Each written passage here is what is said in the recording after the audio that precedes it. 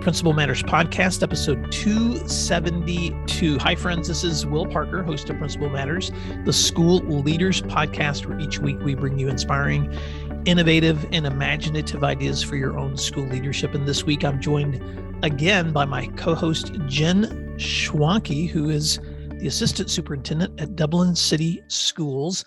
And today, Jen, we're going to be talking about thoughts on thankfulness and answering more principal questions. So Principal Matters listeners, as we step into this week's episode, you may or may not be on your Thanksgiving break. And so Jen, I thought it would just be kind of meaningful to start the conversation with some gratitude. You know, both of us have been influenced by educators in our professional roles as educators. And so offline, we were just both thinking about what were some of those stories that resonate with each of us and inspire us in our leadership. And so I wanted to invite you to go there with me first and just talk about some folks that you might want to express gratitude towards when you are thinking about Thanksgiving.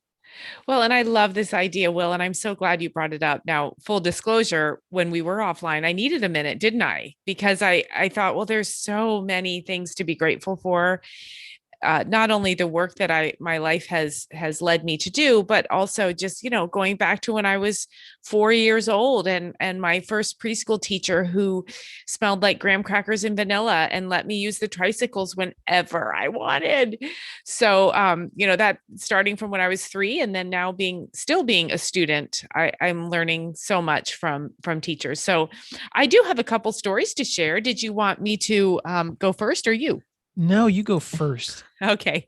I have a couple stories to tell. One is as a student, and I have always struggled a little bit as a math student. I know many say that as well. It was just the concepts of mathematics didn't come easily to me. I had to work really, really hard at it. And I always felt like that was my problem, right? It was always my problem, something I had to work through. And I managed for many years of school through memorization and just, sheer hard work. And when I was a sophomore in high school, I had a teacher named Mr. Warwick, and, he saw me struggling and he said to me, "Hey, I'm here every day at 6:30. Why don't you come on in and I'll help you?" And I felt this incredible sense of guilt, like this man was going to get up really early and come to school to hang out with me and teach me where the X and the Y went on the equation, right? And so I kind of tentatively mentioned it to my dad, and he said, "Well, that's exactly what a good teacher does. Let's do it." And so he would drive me. It was a long drive on dark country roads where I grew up, and he would drive me and drop me off at Tri-Way High School, and Mr. Warwick would work with me for about 45 minutes before class. And with mathematics, once you get the conceptual understanding, you're ready to fly. And so I was able to do that. And I had him the next year in trigonometry, and I had him the year after in calculus. And he had the same mindset. If a student struggles, I'll be here. You just come and we'll work through it together. And I think about that a lot, even today, about the hours he put in to make sure that some farm girl from Wayne County knew where the X should go in the equation. So, I love that story. Well, I'll tell a story of gratitude about Mr. Adams, who in my middle school years did so many things. He wore so many hats. He was a coach, he was a math teacher, and a reading teacher. And so he had all kinds of curriculum and extracurricular activities that he managed. And I was just one of those kids, Jen, that I called myself the roller coaster student, because if I was interested, I was great, engaged, and could make really good grades. And if I wasn't interested, I was off in some crazy zone, like, Calvin and Hobbes off in the imaginary world, until a teacher could reel me back in. And so Mr. Adams was that guy who would literally track me down during lunch and say, "Will, do you realize that there's this quiz or there's this assignment or something you didn't finish? When you get done with lunch, or actually I want you to take your lunch and bring it to my room, and I want to sit with you and help you finish." And part of the reason he probably did that is so that I could still play basketball, because if I wasn't making good grades, he wasn't going to let me play. And so, but that was just my way of being parented and shepherded by my teachers, in more than just the skills of school, but also just those things, that extra mile that teachers go to make sure that you're doing things right. And I remember one day we were reading a passage in a poem during reading class, And the poem itself was trying to express something about the taste of water. And this will sound really weird, Jen, but I grew up rural Northwest Tennessee. And I mean, the first place that we lived in when we moved to Tennessee, we dug a spring and would actually fetch water from that spring for several months before my dad dug the well for the house that we lived in. And so we were backwoods. And I remember when we were reading that poem, something was said about the taste of water. And Mr. Adams made the comment that water doesn't have taste. And I raised my hand and I was so confused. And I was like, I don't understand what you mean water doesn't have taste, because when we draw water from the spring, it's the best tasting water I've ever had. And it was one of those moments that he could have taken a lot of directions, but he looked at me and he smiled and he said, William, not everybody has had the opportunity to be raised like you and live with the kind of adventures that you have. I'm sure there are some students in here who don't know how good spring water tastes. And I was, that was one of those moments where we just went on to the conversation. But years later, as an adult, when I look back at that, I thought, what a sensitive, kind person to take that moment and direct it towards recognizing my reality, but then affirming my reality as something valuable. And teachers, they're just amazing, Jen, because Right. Teachers every day hold in their hands the power to affirm a child or to make that child feel unaccepted. And so I'm just so grateful for the teachers that inspired us in the work that we do. Right. I had a teacher once, as I mentioned, I grew up very rural and my parents struggled to literally keep the lights on. And one teacher noticed that I ate 2 or 3 apples for lunch every day because that was what was available. And I wasn't one to raise a stink. And so I wasn't going to say to my parents how hungry I was. And she noticed and began packing an extra sandwich and she would give it to me and no one knew. To this day, I think no one knew. Of course, now I'm telling all of your listeners, but it was such a classy way to see and hear me without making me feel humiliated or small or less than. And, teachers do those kind of things every day without expecting any sort of thank you or gratitude. And it is unfortunate that a lot of the work that teachers do, it takes years for the recipient to truly be grateful. And that's something I guess we all need to keep in mind on the days when we feel like no one appreciates us. It's just a slow burn. They will appreciate it. And Will, I want to tell a story that's a little bit different. This is not me as a student, but me as a teacher. And the way that teachers give back to colleagues is another real piece of magic. I had, when I was a tiny baby, I crawled out of my cradle and smashed my mouth up and I had all these crooked teeth. I looked like a chipmunk.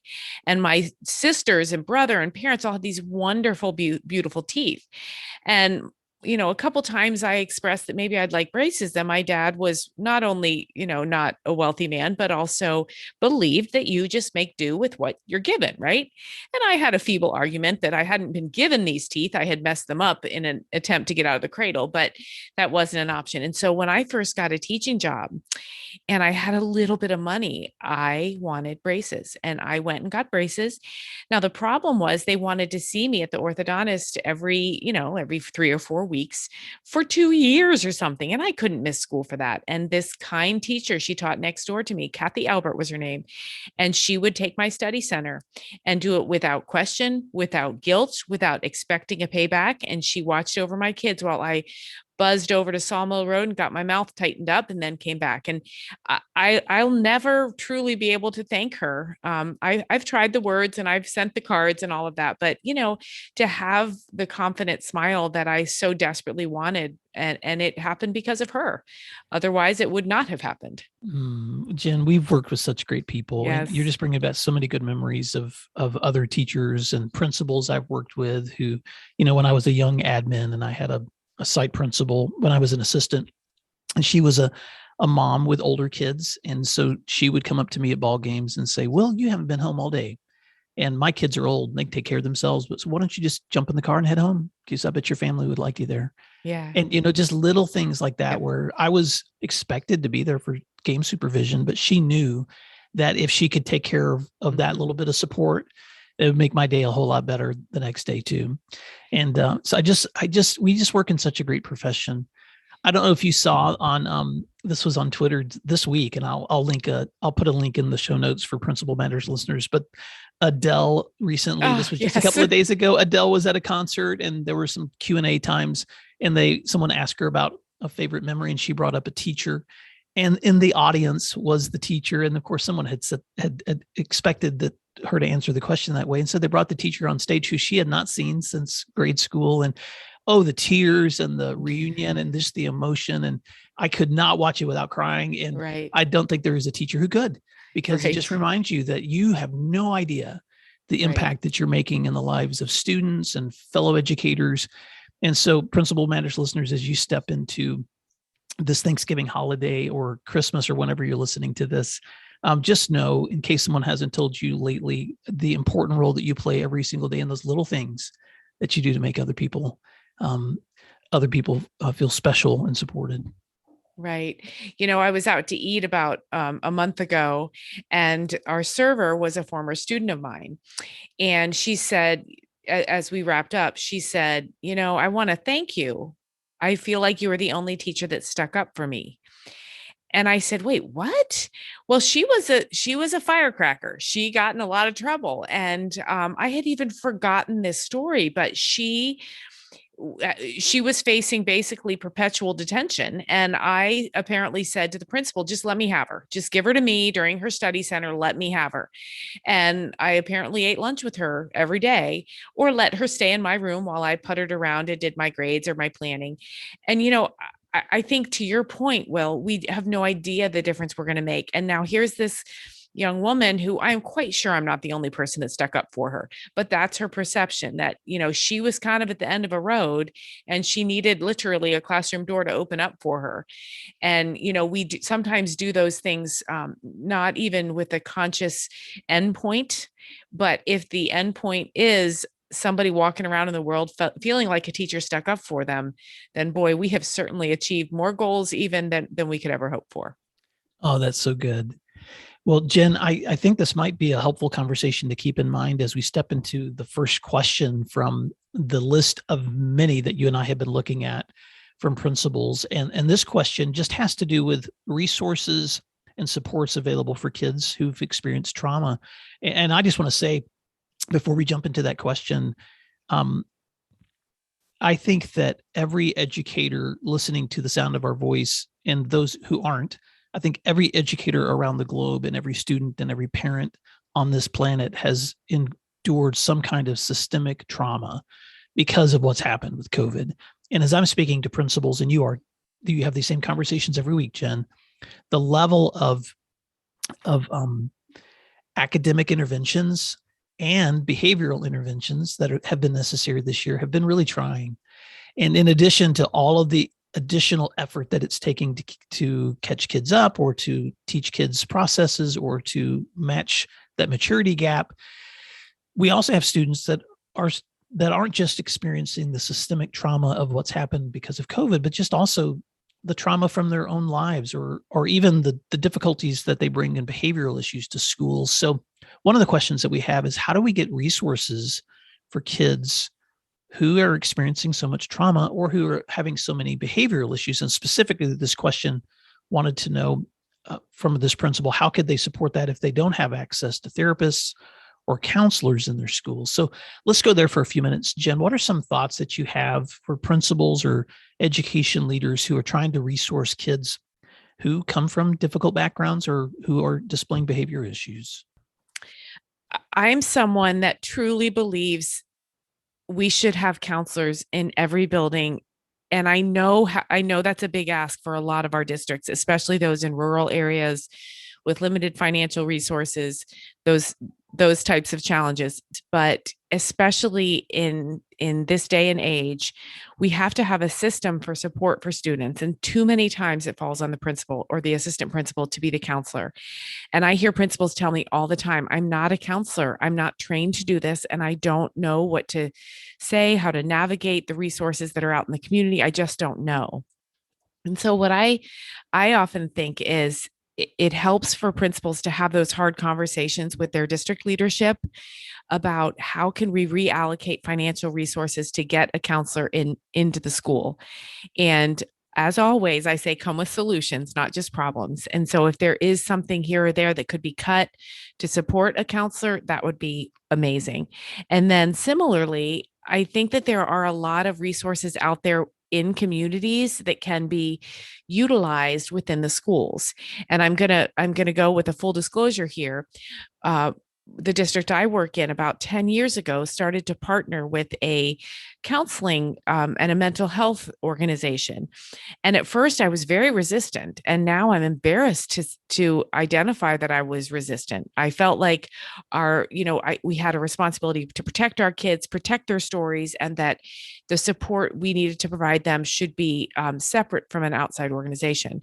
And shame on me, because done well, a partnership with an outside organization or a children's services resource or some sort of a mental health instructional organization, those kind of partnerships can be extremely powerful, if for no other reason than to give some professional development to teachers and to principals and even to parents about some of the challenges that our kids are facing these days. I agree. And Jen, you're familiar with some of the work on working with students in poverty, and some of Ruby Payne's work from a long time ago too. And there's lots of other people that have touched on those specific areas of need. But it was really helpful for me as a young teacher to be aware of the resources that every child needs to be successful in school. And they include everything that you would think of in terms of Maslow's hierarchy. They need a safe place of belonging. They need a trusted adult. They need, a lot of times they need either a faith or some kind of community outside of school where they can find consistent belonging. They need activities that inspire them and want to keep them connected to school, but they also need to be physically safe and fed. And so sometimes those resources are available right at our fingertips because of our schools. And sometimes we don't have access to those in our communities. And so I like what you said initially, which is look outside your school at what is available to your community. And if something is not, then go a little farther out, because sometimes you've got county resources or state resources.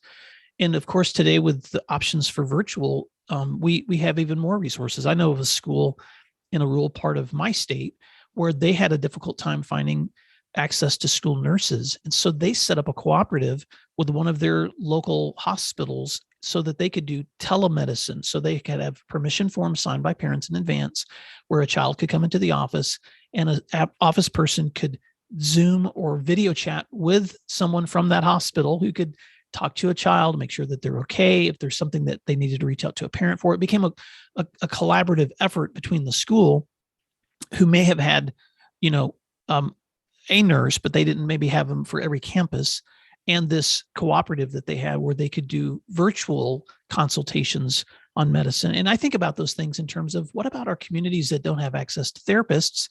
Boy, during COVID, a lot of people began to access their therapists through virtual options too. And so there may be some creative ways that communities and schools can be connecting now that we didn't have before, but you don't know unless you ask.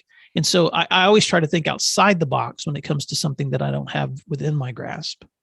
Right, right. That's such a good point, Will. And I also feel like we'd be remiss if we didn't acknowledge that sometimes there is resistance from our parents when we start to talk about mental health of their children.